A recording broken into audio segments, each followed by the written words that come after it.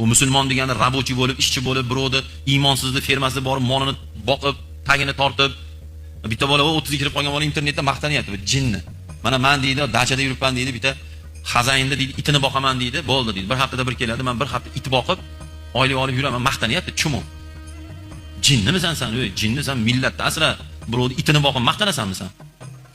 Ketda yotaman deb, qo'yib yotibdi. Men mana bir hafta yotaman, hamma chotki, ruscha bitta ikkita so'zlarni yodlab olibdilar.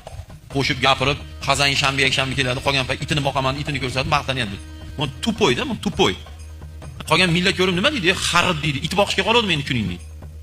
Biz o'tmishimiz kim edi? Amir Temur Liboyni nakalini o'tkazib olgan. Osmonda yulduzga qarab og'zini ochib, burnini artalmayotgan paytda Ulug'bek bobomiz osmonda xaritasini chizib qo'ygan. Ibn Sinolar meditsinada nomuradin bo'lgan. Farg'oniylar matematikada, iqtisodda lider bo'lgan. Imom Buxoriy hadis ilmining sultoni bo'lgan. Bugun nima bo'lyapti bolalar? Umri tili zo'r, internetda katta bo'lgan bola nima bo'ladi? 13, 15, 17, 20, gado bo'ladi, qul bo'ladi, xor bo'ladi.